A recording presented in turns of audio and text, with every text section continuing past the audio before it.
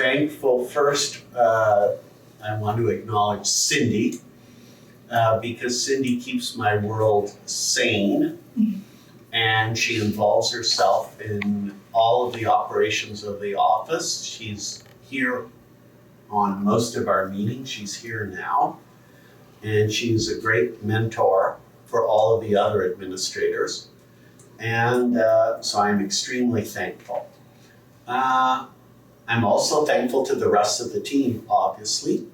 And I want to echo John when he says no, because I've heard him now say no to me once or twice. And I was pleased. I was pleased because, you know, I asked him something and he told me, I don't know. And I had not heard that before. And it was excellent. And I'm also thankful for Michelle Dick. Now, do I say why, or are we going to listen to or hear the video? No, you say why. Everybody can have the video.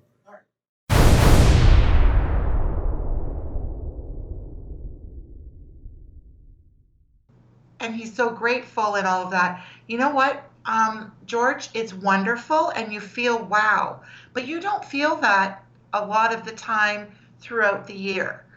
And I almost wonder if sometimes, because he comes across as he's on the mountain, and we're not allowed up the mountain. You don't ask him questions, you don't bother him, you don't do this. But this is also how the staff has been. I'll share an interesting thing, because I had started working with John Cholakis. John actually asked me to stay to see his patients, but I had a patient that was in, and it was a combined case, and they handed me an overdenture that was about $15,000. And the patient did, and she had brought it from the lab and was to go to Dr. Cholakis. He was seeing it the next week. Okay, so I take this thing and I see him at the little area where the CBCT machine is, and I give it to him and I say, this is from so-and-so, this is what you're doing next week with them, where would you like me to put it? And he was in the texting or something, but he looked at me and it was like, why are you asking me? And I was kind of taken aback. This is my first night there. And I said, because I don't know where you want it and I'm not going to be further responsible for this. And then all of a sudden, I see out of the corner of my eye, Cindy going like this.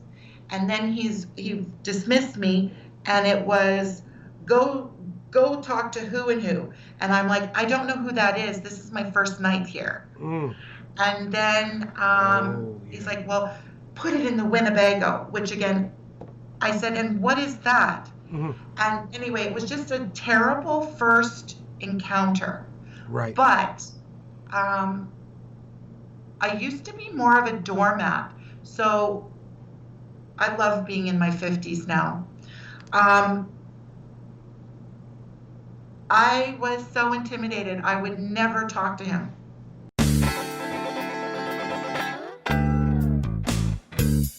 So Michelle Dick was interviewed. First of all, I thought it was Michelle. Then, when you said Michelle, I thought, Michelle.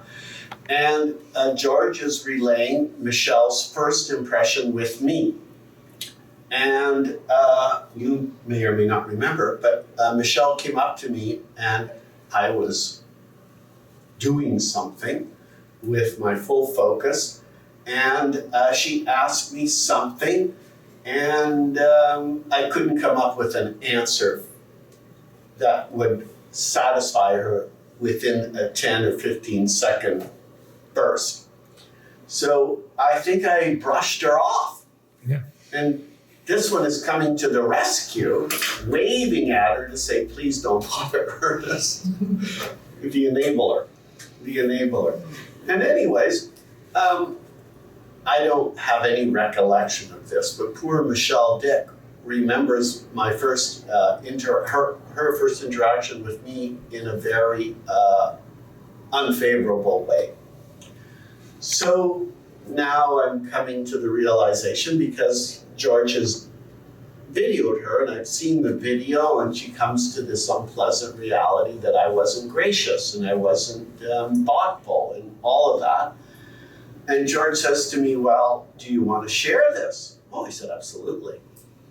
Absolutely. I live in a household of 5 women. I am constantly, taken to task for all of my trespasses every day. This is not new. And I should have this treatment at work too, so that it's a reminder for self-improvement.